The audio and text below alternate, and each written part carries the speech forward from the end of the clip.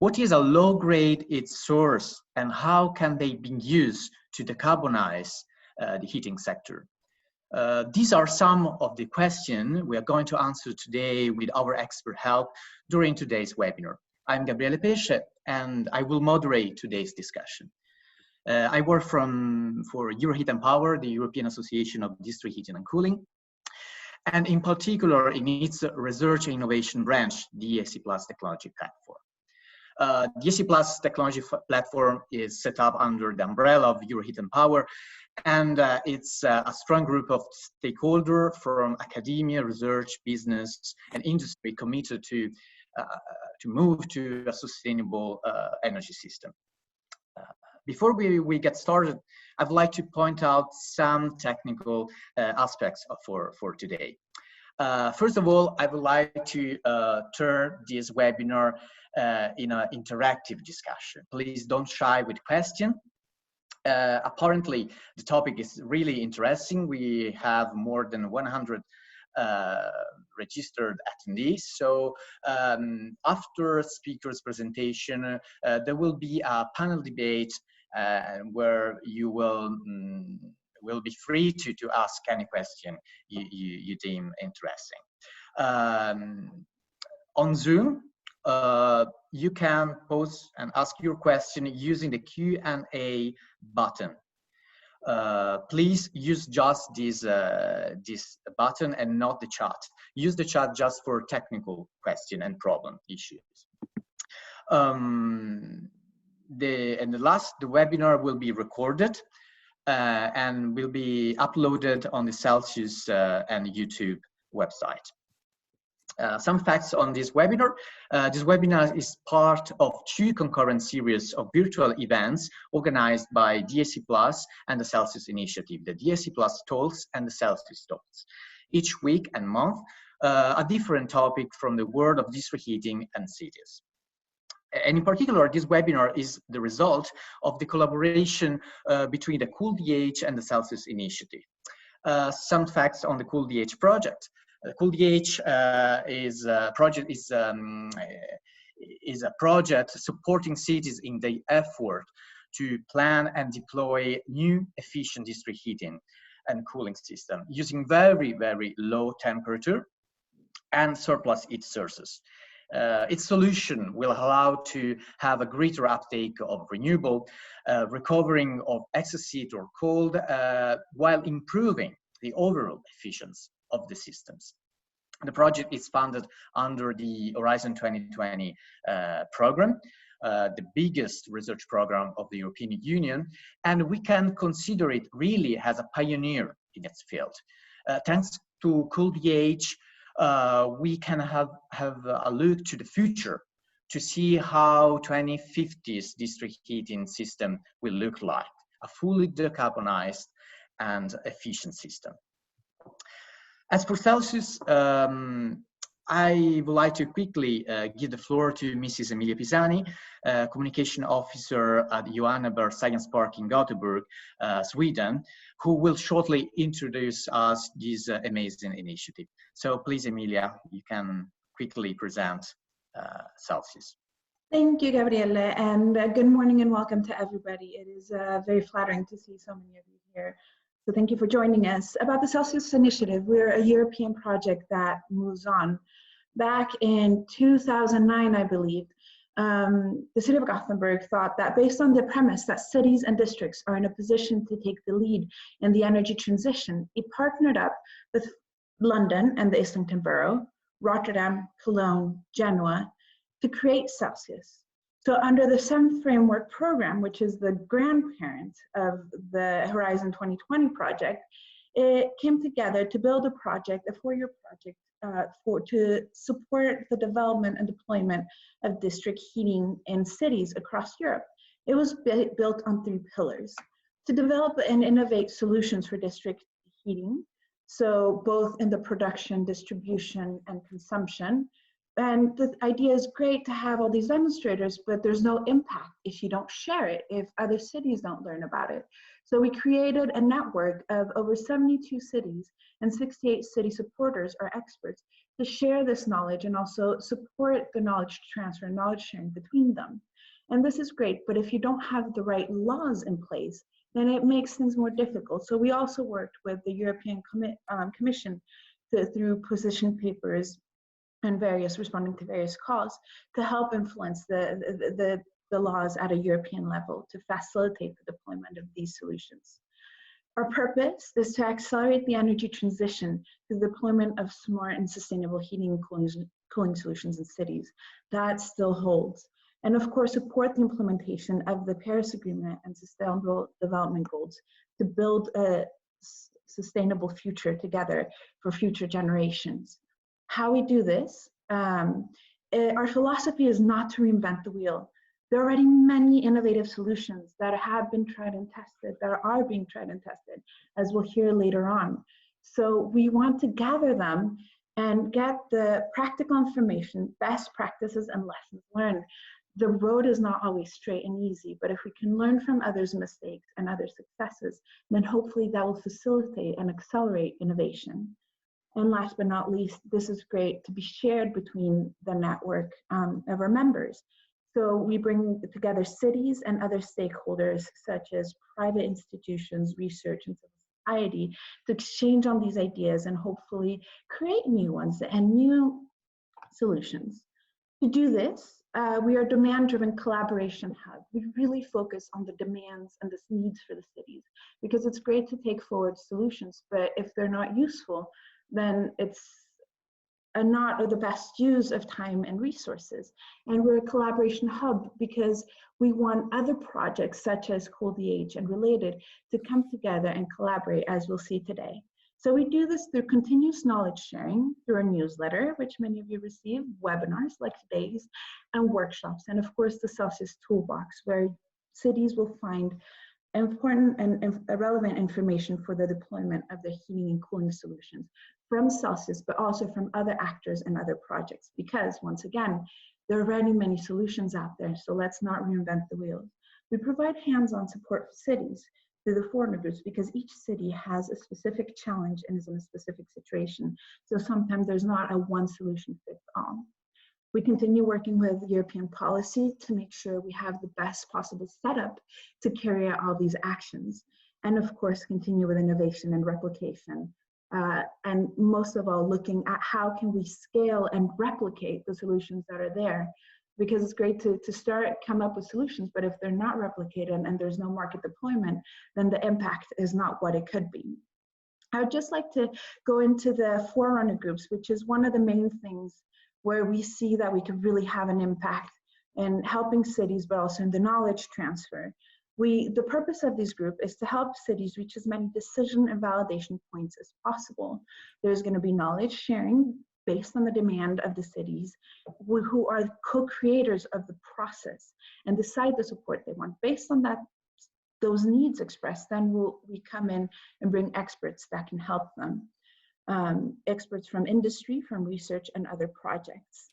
And of course, this is great for matchmaking. So each group regroups cities around specific subjects that they pick based on their challenges. For the moment, we have 3 pilot groups. One is getting started, where Dublin is our spearhead city. So using them as an example and looking at their solutions, how can we help other cities get those pipes in the ground, get started? We have one on waste heat recuperation, which we do in collaboration with the Reuse Heat Project, as well as the Urban Agenda Energy Transitions Partnership, Action 1, to facilitate waste heat recuperation, also a subject that's relevant for our subject today. And the third one is decarbonization. So if there's cities out there, I invite you to talk to us, contact me, and tell us what your needs are and how Celsius can help you. So thank you very much for being here today, for allowing me for this introduction. And I really look forward to these presentations of top skilled experts in the field. Thank you, Emilia, for introducing our Celsius. If you want more get information about Celsius, please visit the website to get updated about the upcoming initiative and talks. So now let's come back to our today's webinar, and let me introduce our experts. So in order of agenda, Sten Olesen, project manager in smart energy system at COWI, that will tell us what is LTDH, low temperature district heating, and the wide range of heat sources this solution embodies. Then we will have Christian Hall, senior specialist at the Danish Technological Institute, who will speak about barriers and challenges lowering the temperature entails. And finally, Mrs. Sarah Kalmark, project manager in business development of Krafringen. She will tell us more about the business plan using the city of Lund, one of the demo sites of COWI. So, please, Stan, I will let you introduce yourself, and the floor is yours.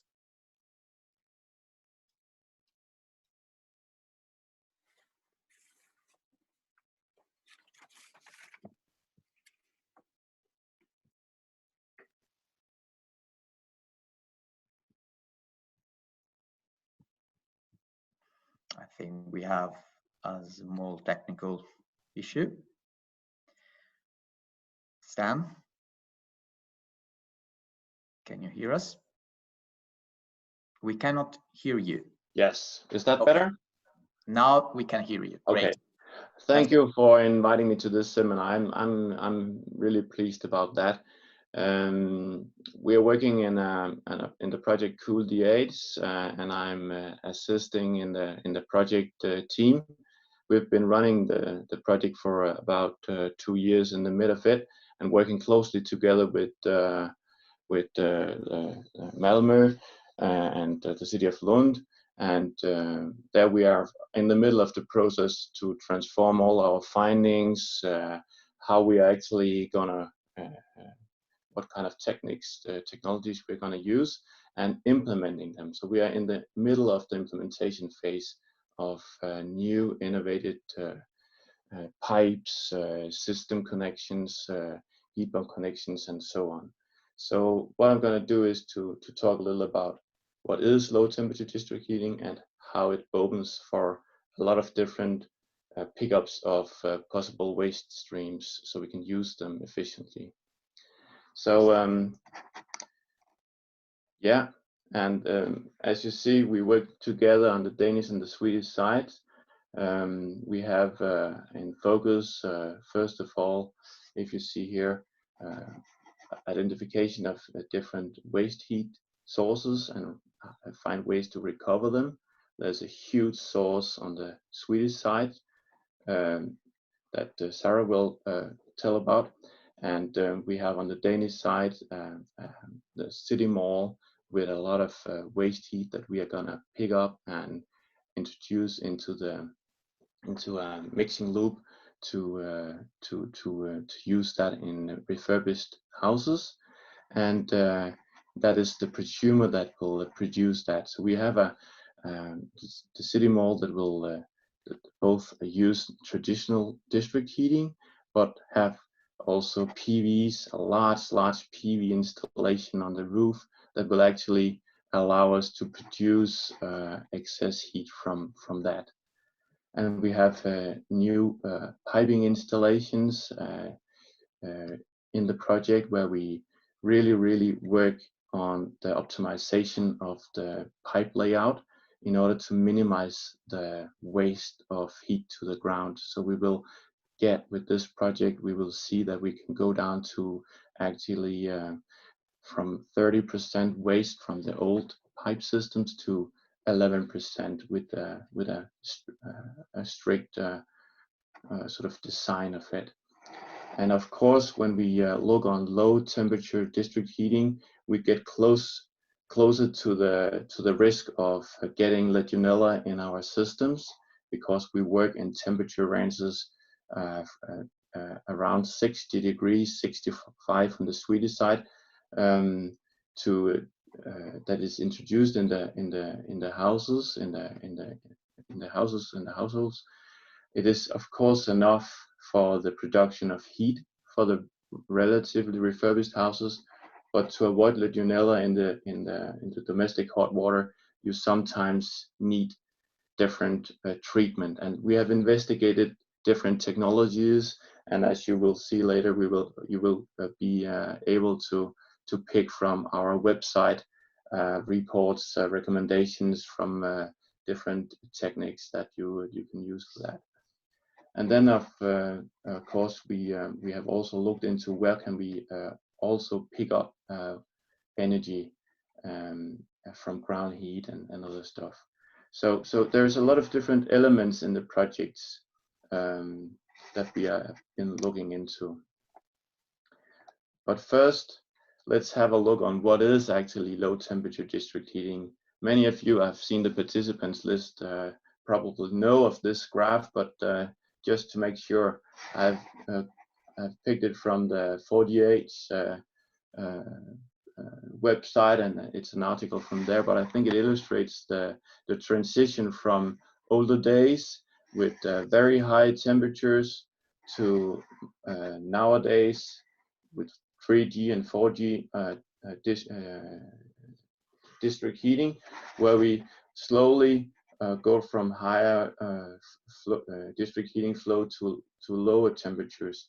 And of course, there will be a mix also in the future, but I think what we see here is that if you combine the right selection of area, if you combine the right houses, combine and then find the surplus heat sources to mix, you will be able to have of course, it's a more complex setup, but you will reduce the amount of, you could say, basic oil, coal, high exergy energy, and then use wastes that you could not use before. So we have in our system a data center, we have seasonal storage, we have on the Danish side, we have also solar, and I'll get back to that. But we have a whole sort of mixture of all these different things, and that is probably why we have sort of been chosen to sort of work on COWI, because we can show a lot of different technologies in place. So the aim is to find ways to utilize low-grade waste heat. That is the purpose of the project, and then show what is the differences between actually two partners as close as two cities as close as Høje-Taastrup in the Copenhagen area, and Lund just on the other side, 50 kilometers more or less away from this side, because there's a huge difference in the way that it is possible to actually to allow to the regulation is completely different. You have on the Danish side, it is relatively highly regulated, and on the Swedish side, it is more like maybe some other places in Europe where it is relatively lower regulated, where it's more up to the local business case to be robust. So yeah, this is the aim of the project: integrate renewable energy produced locally, demonstrate a full system on both sides, on the Danish side and on the Swedish side, with all the needed components. And how can we do that? We can do that because we have gathered already, sort of innovated. We built on innovation, so we collect what has been innovated, and then improve specific components, and we all put it together in a catalog so we can share it. So there's a catalog already available on the COWI website, because most of the innovation has already been done. But let's see here. Yeah, this is the demo sites on the Danish and the Swedish side, and I'm not going too much into detail on the Swedish side, as I said, but we are basically working in an existing area closed with renovated buildings, and we have now nearly completed the sort of introduction of a completely new network with new pipes made of polymers, plastic pipes, with allowing us to go low in temperature and work with flexible pipes. So the installation cost is seen to be or at least we can see that in the future demonstration further down in the development phase, you could say we can see that it'll benefit to use PERT pipes. They are cheaper to lay. It's a longer piping length, so you will have to sort of combine them. The melting process is cheaper. So that is what we have done. But the basis was renovated buildings that could use low temperature district heating, and we pick it up from this CD2 centers shopping center. This is how it looks. We get the demo site. We get all the heat from the central power plants, and they also deliver to the city's area. And this is the district heating, this is the local cooling system that is already in place, that delivers to hotels, to the national rail, and is ready to deliver to the coming city town hall here, and of course gonna deliver to the large shopping mall we have here with a huge PV installation on the roof. And this is gonna be driving a new heat pump that we will install here in the city mall, and that heat pump will deliver heat through a new innovative zero heat loss pipe to the area with the renovated houses. And this area has now been retrofitted with new low temperature pipe systems with flexible pipes. So this is basically the system. And we also in this same area have ATIS storage around here, and a central cooling central here that delivers to a huge grocery market down here. So it's an integrated system where we have perfect conditions to introduce low temperature district heating and demonstrate how the new technologies can be used and integrated in an optimal way. As you see, it was this installation was installed here in 2014, the largest PV installation on roof at that time. But they have identified a problem because there's a 10-year feed-in tariff for local renewables, and it'll decrease over time. So they are looking for how to actually utilize that huge amount of electricity here in a good way, because they have at the same time sort of retrofitted their technical installations in the city mall. So they are having a even lower consumption requirement in the city mall. So they are ready to sort of use that excess. So it's a combined cooling, heating, use locally produced renewable on the roof, and then we're going to transport it directly to this area, the district, where we have quite a number of houses. We have these 158 terraced houses looking like this, and they are relatively good insulated, so they are ready. They have a secondary system, or they had a secondary system that was really, really old, and with only one main heat exchanger. And that allowed us to sort of convince them that it would be a good idea on the market condition with this offer to give them direct connection to this new low temperature district heating grid.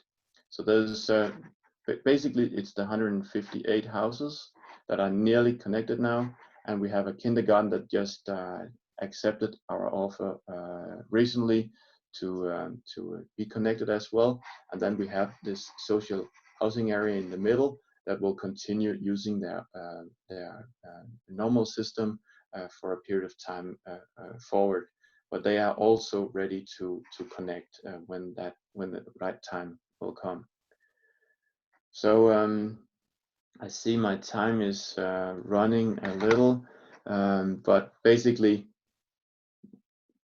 what we have done is we have optimized the system for the users, less heat loss, less maintenance, and they will get a lot more renewable in the heat source they get.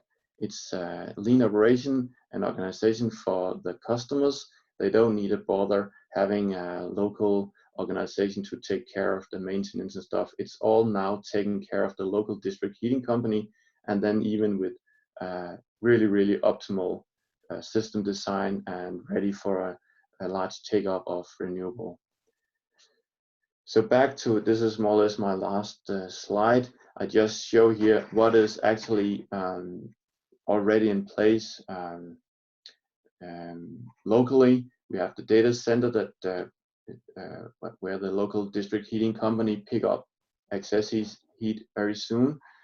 We have a coming seasonal storage that will balance the production and supply, and you could say it's going to be a shared heat storage that can store excess waste heat from the summer period and save it for the autumn, and also be utilized at a lower temperature set in the local district heating grid.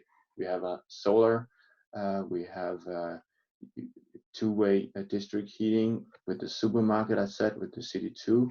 We have and we have the PV installation on the roof. We have biomass produced on the backbone, and biomass on the backbone from the central grid, the heat storage. Basically, we have a full combination. So this was just a short introduction to what we have been doing so far in COWI on the Danish side. And thank you for your attention. Thank you, Stan, for your very interesting overview.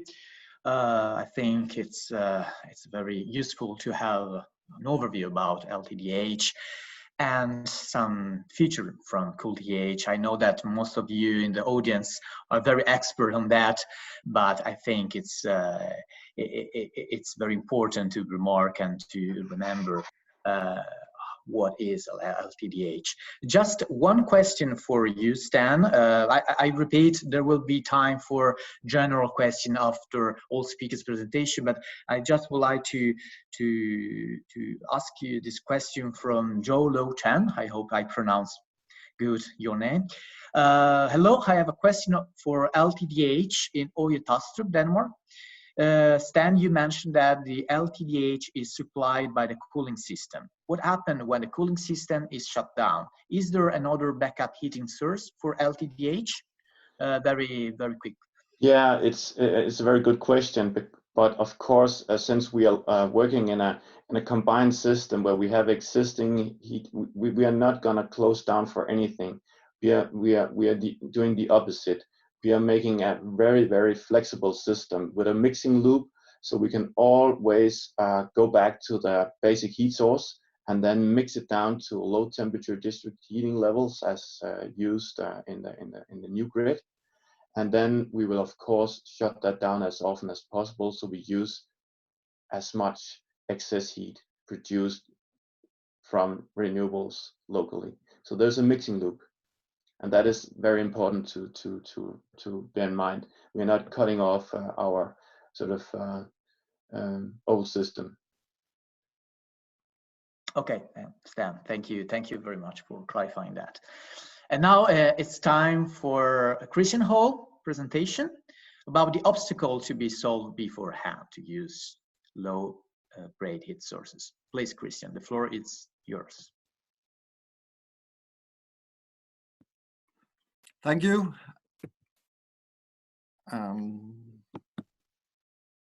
Yeah. I'm representing the related project today. So I will start in my presentation giving you a very short introduction to this related project, which is also dealing with surplus heat and low temperature district heating. Then I will go through some generic issues of the planning process and identification of resources, typical barriers for both district companies, district heating companies and surplus heat suppliers, and also some other administrative aspects. The related project is also a Horizon 2020 project. It is focusing on low temperature and ultra low temperature district heating and the uptake of distributed energy resources. In the project, we demonstrate integration of industrial surplus heat, building integrated solar thermal and reversible heat pumps at 4 different sites in Europe. The reversible heat pump is a heat pump that can do the cooling, the comfort cooling during summer, and then it is also able to boost the district heating temperature during winter, when on the coldest days when the supply temperature is not sufficient. Okay, so the temperature levels we are operating with in the project corresponds to the 4th and 5th generation district heating, in line with what Sten Olesen just presented. In general, you can see more about the related project on our webpage. It will run until end of 2021, perhaps a little longer. But please visit the website. Of course, when we are looking to integrate surplus heat resources, planning is an important issue. Actually, if we look out in the world, there's a lot of different processes that generate surplus heat. Some of the heat has relatively high temperature, for instance, when it comes from flue gases. Some of the heat, however, is at a very low temperature, and that could come, for instance, from cooling processes. Several industry sectors generate surplus heat. For the higher temperature levels, we got, for instance, cement and bricks production, oil refineries, dairies, breweries, among others. So identifying those resources is, of course, the first step when you look at this. Next step would be to quantify temperature levels. Are we actually able to inject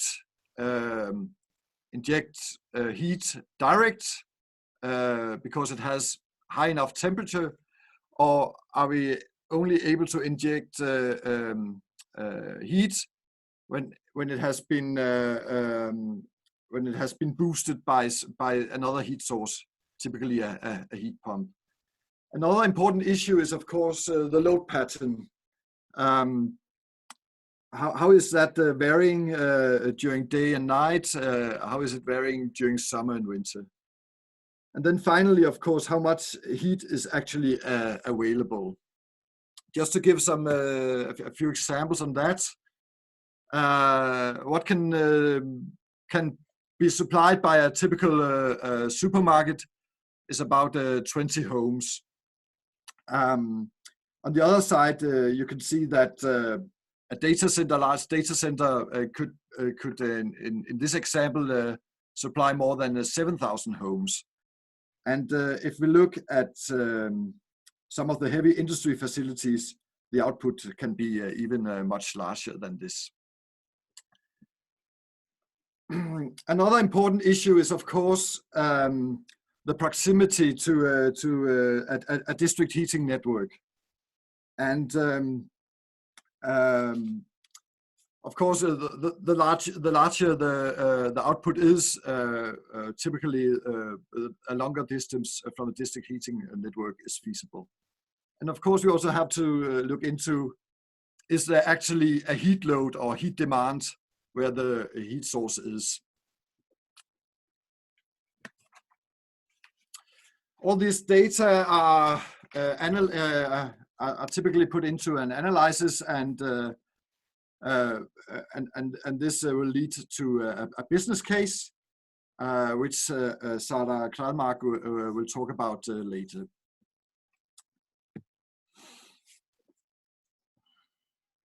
What barriers do district heating companies typically look into? The first question could be, what is the surplus heating actually substituting? Especially during summer, many district heating systems already have sufficient and cheap heat in the system. Such baseload can, for instance, be heat from waste incineration. In other seasons, there will typically be ample room for surplus heat integration that can substitute less climate-friendly heat sources. Another issue is the network location or surplus of the surplus heat supplier. Here, obstacles can be that the flow direction of the network will not be able to transport the heat to where the heat demand is. For instance, when the surplus heat is available far out in the network. This also arises questions like if the surplus heat should be delivered to the district heating flow line or to the return line. Another issue is, of course, the heat dispatching and control of several suppliers. Marginal price is normally used to choose or prioritize the most efficient heat source.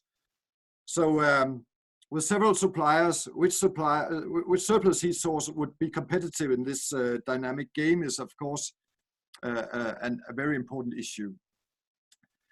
And as a result, load and production forecasts are getting more complex as well when we have several suppliers in the network.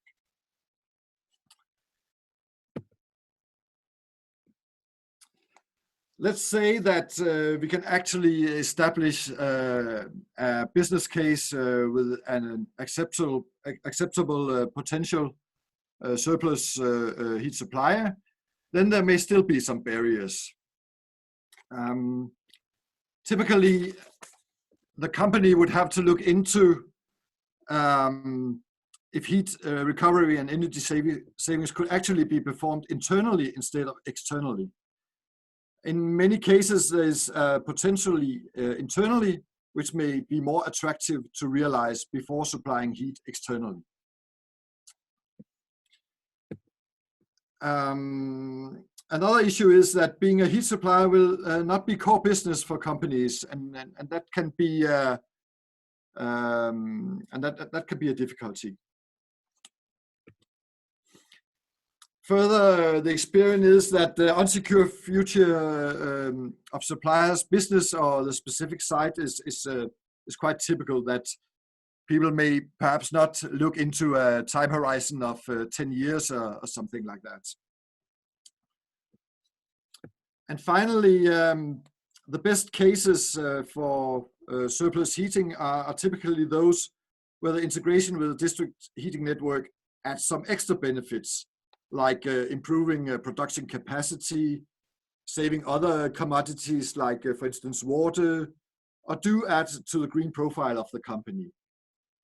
If there is not such non-energy benefits, this can also be a barrier, especially in promoting and communicating the idea of being a heat supplier internally in the company.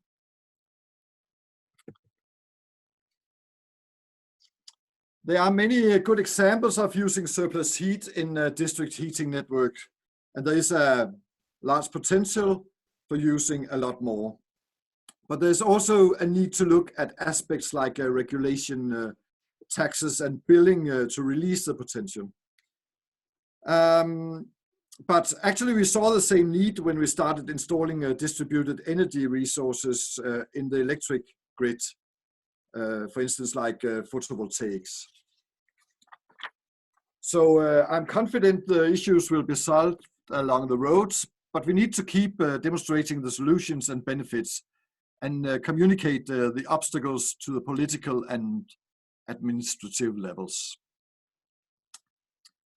Thank you. Thank you, Christian. I think you gave us a very, very effective overview about the barriers and challenges that surplus heat entails. And of course, you gave a very interesting message about policymakers, how to facilitate the uptake and the use of this kind of low-grade resources. So very useful. So if there are no specific questions for Christian's presentation, I would give the floor to Sarah, the least but not last, important, about the business plan for from Lund. Please, Sarah, the floor is yours. Hi, I hope you all can hear me. Yeah, we can hear you very well. You can hear me. Good. Well, hi, my name is Sarah, and I'm a civil engineer in energy systems, and I work with business development at the energy company Kraftringen, which is located in the very south of Sweden in a town called Lund. And it takes a while before my computer takes over the screen, but in a few seconds I will show you my next slide. Here we have it. So Kraftringen and the city of Lund were part of the COWI project because we're currently building the world's largest LTDH network. And it is a network that will be able to provide heat to a whole new city district called Brunshög, where 40,000 people will live and work in the future. And what you see on this slide is the vision image of that city district, Brunshög. So the size of the district heating network in this area makes it unique. I mean, it's the world's largest, but also the heat production is unique because it will be based almost exclusively on surplus heat from one single source. And that source is a research facility called MAX4. And there it is. Okay, so compared to high temperature district heating, the supply and return temperatures of LTDH are of a level that is more concordant with temperatures of surplus heat from industries like the MAX4 facility, as well as urban level sources like supermarkets and data centers. In other words, LTDH opens up possibilities to increase the use of low-grade heat sources. And I will present some thoughts on business models for LTDH divided in two parts. One part concerns the price model for buildings that only consume LTDH.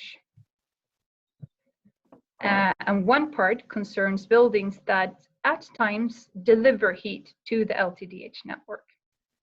And a building who is both or a consumer who is both an energy consumer and an energy producer is called a prosumer, and I guess you all know that. And in that case, you will be affected by both price models. Doesn't really respond to my. There we have it. Okay, so I will start by telling you about the price model for the LTDH consumers. For you to understand the price models of the Swedish site, you need to understand on what basis the Brunshög network is built on. Now, the MAX4 heat is of 3 different temperature levels. To avoid Legionella bacteria in the customer systems, we make sure the supply temperature in the network is 65 degrees. And for the best technical performance of the heat production, the return temperature in the network should be 35 degrees. So these two temperatures are the base for the construction of the price tariff for the LTDH customer or consumers. Now, since the temperatures are so low, relatively speaking, we become able to use a different kind of distribution pipe or pipes than normal. Like Sten said, the new pipes are made out of plastic and they're much lighter and easier to handle, which makes the construction of the network easier and cheaper. And finally, even though the LTDH system is actually also connected to Kraftringen's high temperature district heating system, which it is both in order to have a backup to the LTDH and to be able to use the surplus heat in the high temperature network at times. In this presentation, we consider the LTDH as a solitary system. Since the research activity at MAX4 is rather constant during the year, the LTDH heat production is also rather constant. And consequently, the cost for the LTDH heat production is invariant.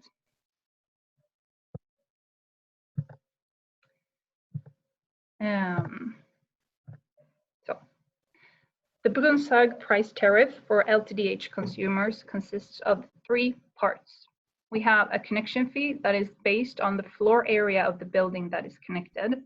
We also have a minimum energy price that the customer always has to pay, as well as a maximum price.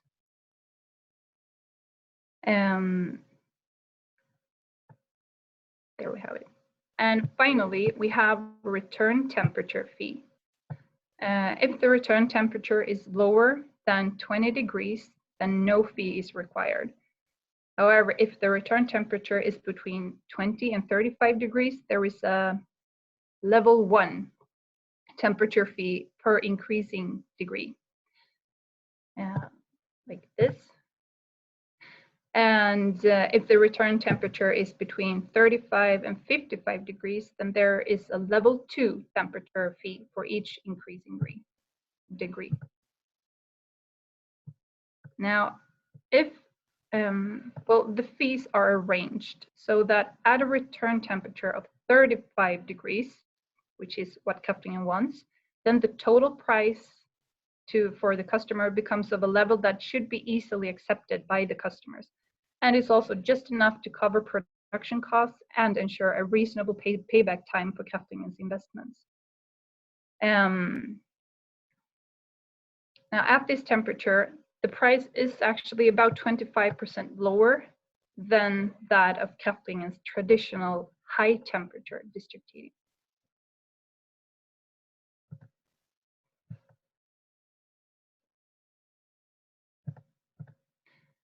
Well, to sum up, the connection between return temperature and energy price, it's quite simple for our customers to understand. Because it favors low return temperatures so directly, it also favors well-functioning substation, which in turn favors Kaftingen's heat production. And that's very good. So to make the business model more than just a price model, you need to add soft values. And examples of additional features could therefore be to provide heat exchanger installation instructions to the customers. It could also be to offer help with dimensioning of heat exchangers as well as maintenance. Also, we could perform yearly maintenance visits. And then finally, it could be about applying remote reading and control of the substations. And that's very much to gain a good relation with the customers, but also to help the whole district heating system to become optimized. Yeah, that was it about the consumers of LTDH.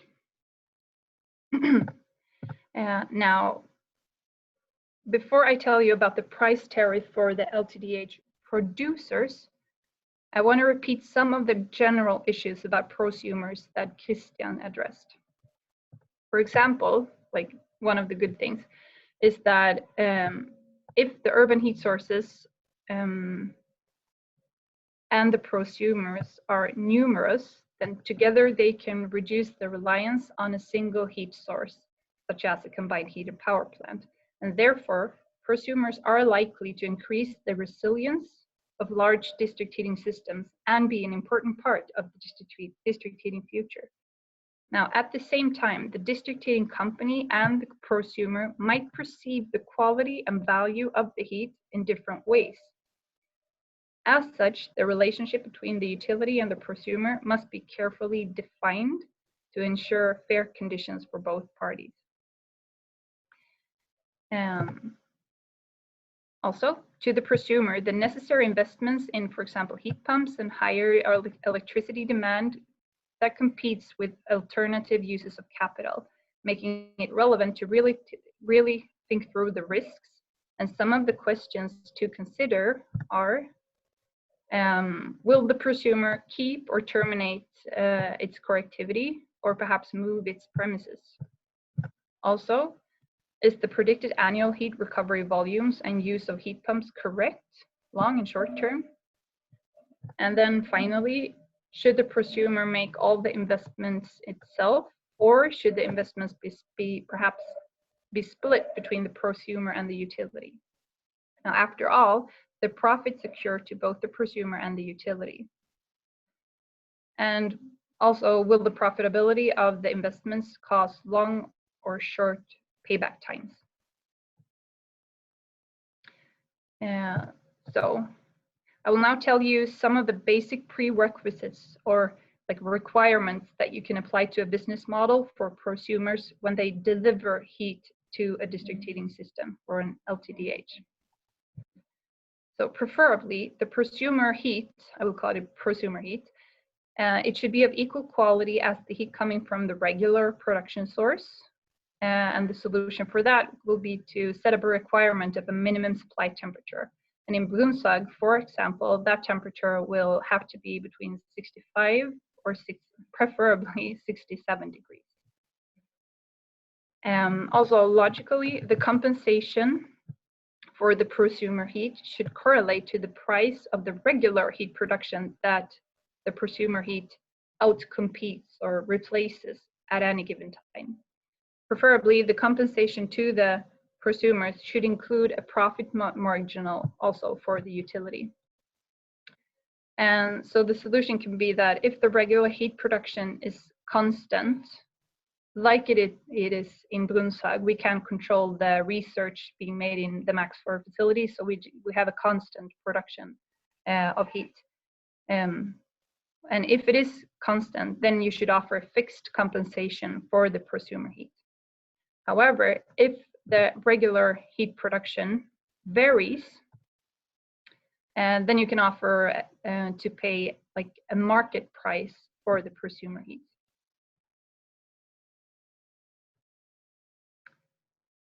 Now, this is a picture that Christian had. And like he said, you need to look at what the prosumer heat is substituting. Like preferably, the prosumer heat should not be supplied when there is no need for it in the district heating system, for example, during summer. And the solution can be in the contract, you set up an outdoor temperature related prerequisite for when you accept or buy the prosumer heat. Like for example, the prosumer heat is only accepted when the outdoor temperature is lower than a specific number and or the compensation decreases with increasing outdoor temperature. Oh, sorry. Also, the prosumer heat can be like, it's only accepted during certain seasons of the year and or the compensation varies with the seasons. You have to make up this yourself. Okay, so that was it. Now I've told you about the two price models that affect the prosumers for when they consume heat and when they deliver heat. And I've used the Swedish COWI site, Brunshaug, as my example.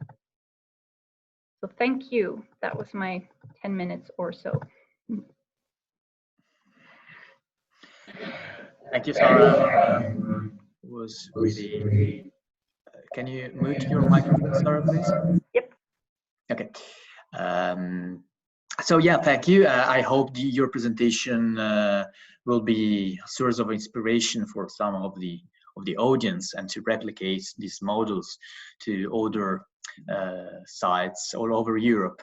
I think we will go a little bit over time. I hope it's not a problem. I will try to limit the debate to 15 minutes maximum. We have just Two questions for Sarah presentation very quickly. Sarah, if you can shorten your answer, I would appreciate a lot. Regarding plastic pipes for LTDH, how does this affect maintenance endurance of the network? That's a good question. Since they're pretty new, we're not 100% sure, but the company that are developing these pipes, it's a company called Logstor, and they are making sure that these pipes fulfill all the requirements that we have on like normal district heating pipes made out of steel. So from what I know, they should be able to like just be in the ground for 100 years with no problems. Okay, great. Thank you for being very synthetic. Yves Berton asks you, how does you argue DH resilience? How I argue about district heating resilience? I'm actually not sure I understand that question. Did you write anything more? No, that's one sentence. So if Yves Berton can clarify, I would go to the following question for you, Sarah. Could Sarah please tell us something about the domestic heat water production on Brunsjö? Unmute your mic. Sorry. Okay, great.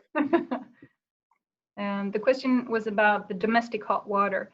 Well, when you talk about low temperature district heating, you can talk about a lot of different temperatures. In the Brunsjö case, we chose to have 65 degrees as a supply temperature, because that means that you can always receive, like your domestic hot water can always come up to a level of at least 55 degrees. And that's really important for us because that's a demand in Sweden in order to avoid Legionella. We could have delivered even lower temperatures, but we have chosen not to. So there's no problem. You don't need, as a customer, you don't need to add any extra equipment in your house compared to if you would have had high temperature district heating. Okay, thank you. So now, sorry, we have a lot of questions, but I would like to prioritize a little bit some broader question for all the speakers.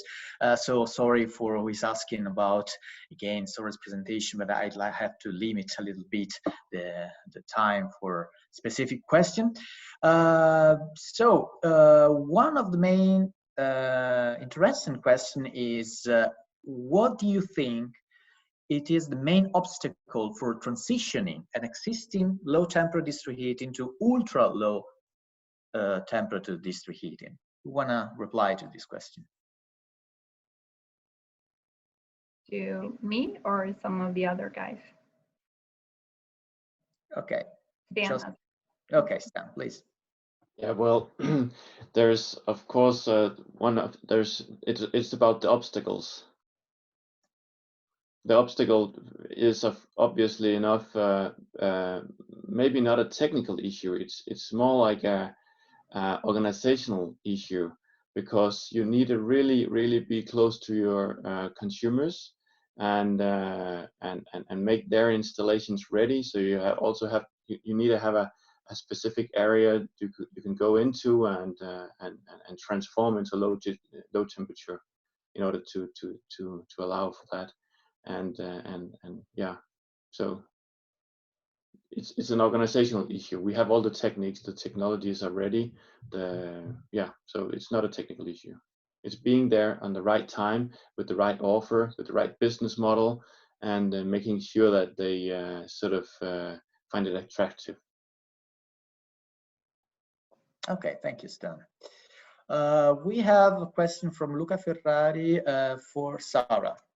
How do you deal with volatility of heat supply? Do you have storage tanks, heat pumps? It's a good question. So far, the Brunsjö area they haven't come very far in the construction of it. We're only in the beginning. So we don't really have the small prosumers yet. But what we can do with the small prosumers is to like set up the price and business model so that but we tell them that we won't accept your heat unless it's of a certain temperature level. So, and then it's up to the customer to make it out of to that level. But concerning the heat that we get from the Max 4 facility, we receive 3 different temperatures from the facility to our energy central, and those temperatures are actually much lower than 65 degrees, or it's like 30 degrees or 40 degrees, and one side even 15 degrees. But what we do is that we take those temperatures and we raise it with heat pumps up to 65 degrees, and then we distribute it. And everything that's more than we need in the low temperature district heating network, we raise it even further up to 80 degrees or 90, depending on the season, and then we distribute it in our high temperature district heating network. So we don't have a storage tank, but we have heat pumps. Okay, thank you. Yves Berton clarified his question about resilience, and he wrote, resilience is very large and is already an argument for normal DHM. So what is the specific LTDH resilience? It's a very specific question. Who wanna reply? Not just you, Sarah, if you.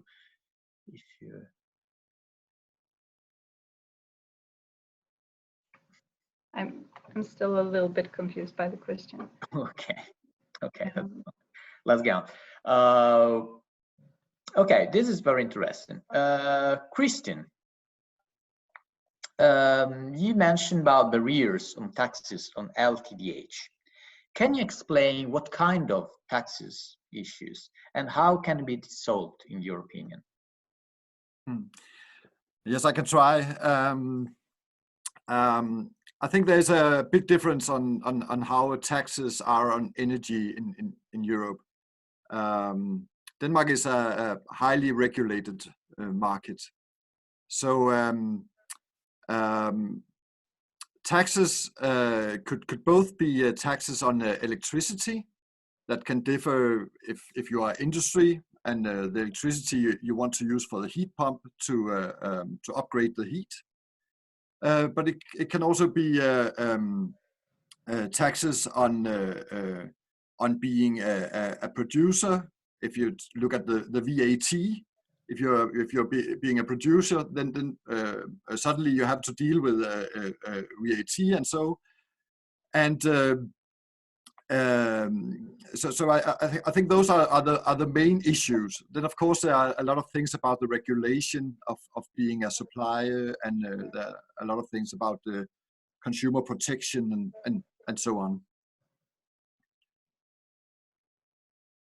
Okay, thank you very much. I have one comment about the resilience, I think. Okay, please. Well, in the Brunshagen case, I guess the question was about like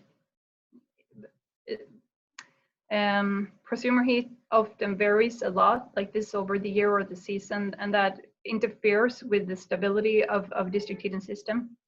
But then I want to comment that in the Brunshagen area, at least, the amount of excess heat that we receive from the research facility Max 4 is way more than we need, and it's pretty constant during the year. So the source, the big heat source that we have, well, it's no problem. And also we have our high temperature district heating network as a backup. And the backup thing is really important when you talk about prosumers. And they have the same thing in the Denmark case. Like there was a question right after Sten's presentation, like what do you do about the resilience? Do you have a backup? And we do in the Swedish case, and they do in the Danish case too. Okay, thank you, Sarah. Yeah, who is asking about presentation? They will be sent to the attendee, and it's recorded. I remember it's a recorded webinar, so you can retrieve all the webinar YouTube and the Celsius Initiative website. Let's go on with a few questions. Is it possible to have an agreeable business model for an old building to embrace LTDH without building renovation? Who wanna reply to this? Please, Sten. It's a matter about where you actually put your heat pump. I would say you could, especially if you're going into an area where we have a lot of, you would say, strong, ready, low temperature ready buildings. You just need to identify where's the weakest point, and then add some kind of sort of heat pump solution in the building, topping up the temperature. Also, I think Sarah, you mentioned using heat pumps. At least if you go to ultra low temperature district heating networks, you need to raise the temperature. So it's basically something that you can take off the shelf and then have a heat pump installed next to the heat exchanger, and then higher the temperature, and the building will not be ready, but you could use low temperature district heating also in these buildings. And there you need, of course, a sort of a model for paying for electricity. Is it something you buy from pay the customer, or is it something you agree that should be paid by the building owner themselves? It's a matter about that. So I think it's something that can be handled, but it's definitely an obstacle to go really, really far with low temperature district heating quickly. So you need to have a way to solve that, but it's manageable. Okay, thank you. As we are a little bit running out of time, and we are plenty of questions, so I will leave my time to a couple of questions more. And I remember you can join a LinkedIn group about this topic, where you can ask all your technical and questions. Unfortunately, we don't have time for so many questions. So just a couple of questions more. Which software tools are used to plan and design new networks? How long does the process take? It's very general, but I think it's very interesting for a lot of people. So wanna reply to this question about software, planning software. Don't be shy, speaker.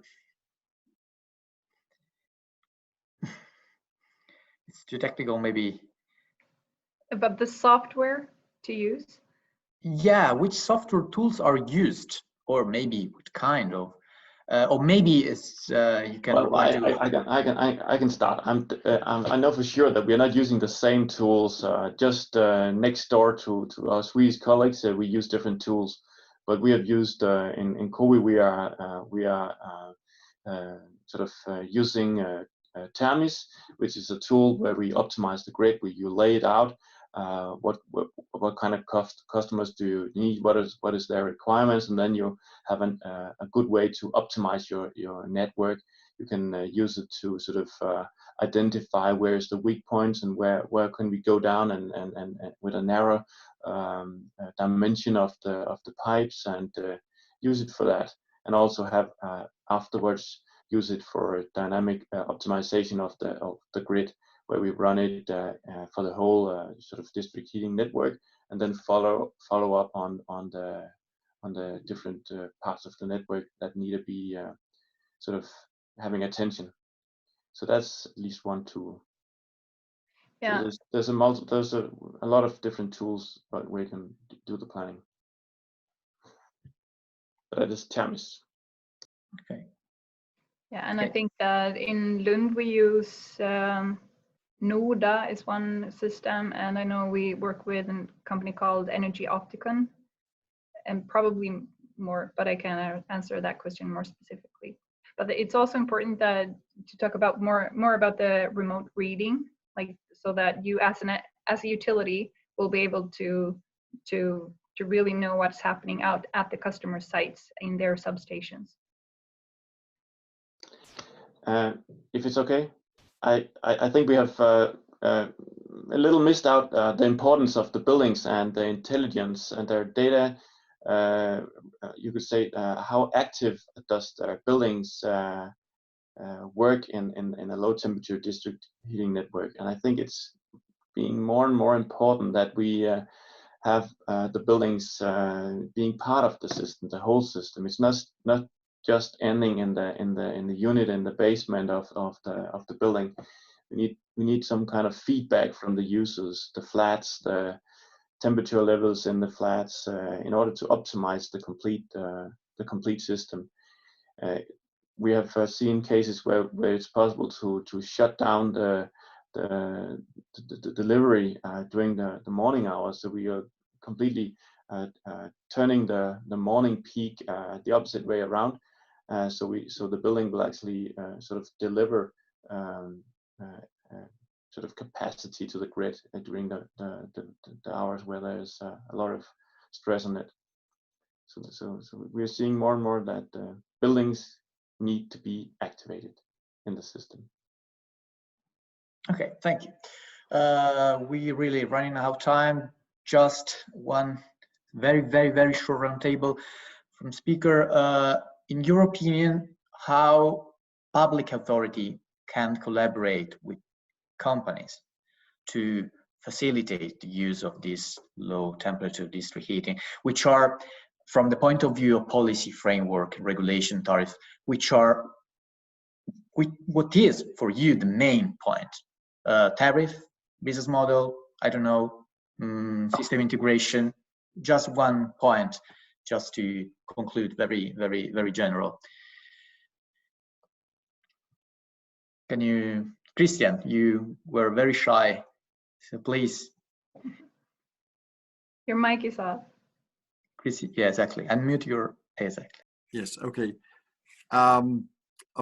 Of course, the most important things to go lower in temperature is that the buildings can actually handle it, or we have the techniques to raise the temperature in the buildings.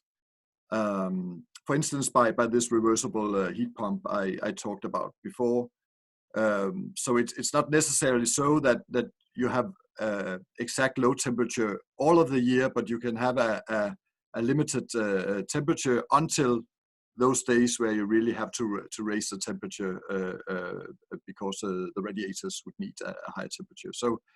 So I think a first step could be just to lower the temperature to the degree it's possible, and there's a lot of potential in just doing that.